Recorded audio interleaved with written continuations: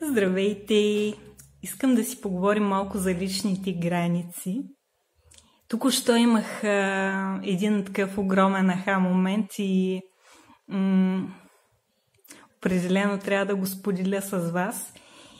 И както винаги, когато ви обяснявам нещо, ви обяснявам, че играта е на много нива, на безкрайен брой нива и в крайна сметка, когато сме на едно ниво, играем по правилата на това ниво, играем с инструментите актуални за това ниво.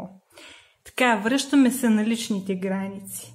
Личните граници са, когато трябва да бъдат вербални, са едно по-ниско ниво на играта.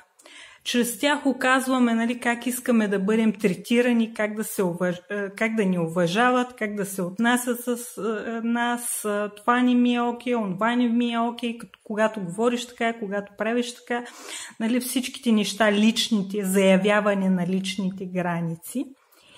И защо се случва това?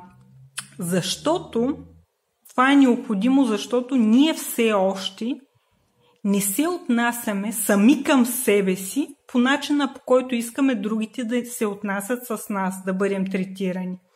Но това е в момента, в който, когато поставяйки някаква лична граница, създавате това пространство на безопасност, пространство, в което може да работите над себе си, пространство, в което може да се изцелите, докато минете на следващото ниво, което е всъщност аз вече се отнасям към себе си, с уважението, с разбирането, с любов, с всичко там, което искате.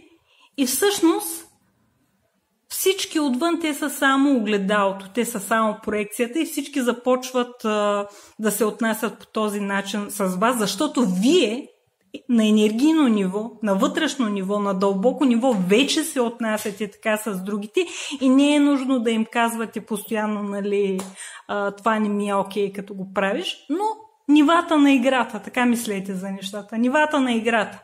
Все още, когато трябва да казвате не, това не ми е окей, не се дръж така, не ми говори така, не ми крещи, каквото и да е, това е ниво на играта, което е необходимо. Не може да надскочим себе си, не може да надскочим нивата на играта.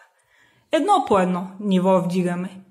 Докато стигнем до момента, аз всъщност вече се отнасям със себе си с любов, с уважение към чувствата си, към всичко, цялото ми същество и тогава вече не е нужно през 5 секунди на някой да му казвам не. Така че това е от мене за личните граници. Благодаря ви много.